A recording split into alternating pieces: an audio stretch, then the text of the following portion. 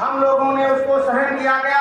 यदि हमारा भी नहीं, अगर कोई है महान पुरुष, अगर हमारा कोई कुछ कर रहा है, कहीं जैसों से कोई बात निकल जा रही है, तो अभी देख रहे हैं कि उसके घर जलाए जा रहे हैं, उसके शीशे तोड़े जा रहे हैं, उसके ऊपर प्रहार किया जा रहा है। कोई कह रहा है गोली मारेंगे, कोई कुछ कह रहा है।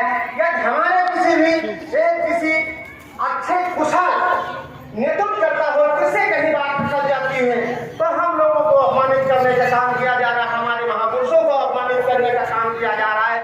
होंगे शिक्षा से दूर रहेंगे तो अपने हक और अधिकार से आप दूर रहेंगे। आपको बढ़ने का जब मौका मिलेगा, आपको बोलने का जब मौका मिलेगा, जब आप शिक्षित होंगे।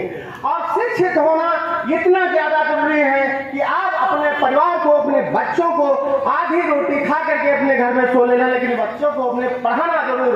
अगर बाबा साहब पढ़े न होते तो बढ़े न होते और ये अधिकार संविधान मिलता, न बैठने का मिलता, न बोलने का मिलता, न खाने और पीने का मिलता। ऊंच नीच का जो भेदभाव है इसको बरकरार रहता, पिएगा उतना दहाड़ेगा। इसलिए जरूरी है कि सबसे ज्यादा जरूरी है तो शिक्षा की जरूरत है। शिक्षा पर ध्यान दीजिए। शिक्षित बनोगे तो संगठित रहोगे, और संगठित रहोगे तो न्याय ही संघर्ष करोगे। साथियों, इन्हीं शब्दों के साथ में अपनी वाणी को विराम देते हैं। एक बार आप सबसे निवेदन करते हैं कि बाबा साहब के बारे में जो विचार रखे जा रहे हैं, इनको लागू करना, इनको अपने जहन में उतारना, बच्चों अपने घर में जाकर के माताओं बहनों से बताना, ये हम सबकी, आप सबकी जिम्मेदारी है। अपनी वाणी को विराम देते हैं। जय हिंद, जय भारत। बाबा साहब अमर रहे, बाबा साहब अमर रहे। जय भीम। श्रद्धा सुमन अर्पित करते हुए मैं अपनी बात शुरू कर रहा हूं। साथियों, आज जिससे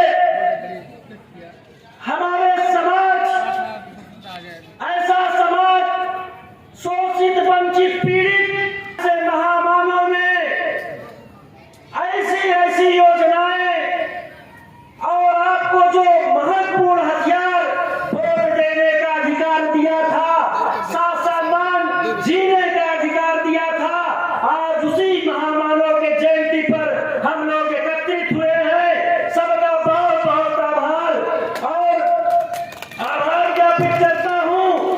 और खास तौर से मैं एक युवा होने के नाते युवाओं से अपील करता हूं कि आप लोग फेसबुक, व्हाट्सएप, ट्विटर के माध्यम से आधी अधूरी जानकारी न रखें। सही मायनों में अगर महापुरुषों की, बहुजन महापुरुषों के जीवन संघर्षों को पढ़ना होगा और बहुत विस्तृत रूप से पढ़ना होगा। पढ़िएगा तब आप समझेंगे, तब आपके अंदर एक जुनून और एक जज्बा, उनसे लड़ने का एक आपको अंदर से अंतरात्मा जागृत होगी, सही दिशा दे पाएंगे। साथियों, इधर जो माताएं बैठी हैं, माताओं से खास तौर से निवेदन है, क्योंकि माताएं बच्चों की परवरिश में सबसे ज्यादा उनका योगदान रहता है। इसलिए माताओं से विशेष रूप से मैं अपील करता हूं कि वो बच्चों की परवरिश ऐसे ढंग से और ऐसा ठोक पीट के बनाए जिससे समाज और संविधान निर्माता के चरणों में श्रद्धा की सुमिर अर्पित करते हुए 2025 के उपलक्ष्य में इस दूर दूर दराज से माता बहने, भाई बुजुर्ग, हर गांव सभा से आए हुए सभी बच्चे, उनको मैं तहे दिल से वंदन अभिनंदन करता हूँ। धन्यवाद प्रयासित करते आपको सभी को। जन्मे महाराज माहौल छावनी में, इंदौर में बाबा साहब का जन्म हुआ था। आइए और बैठा के साथियों, इंदौर में जन्मे थे। साथियों, बाबा साहब अपने जीवन में बहुत भी दुख दर्द सहे और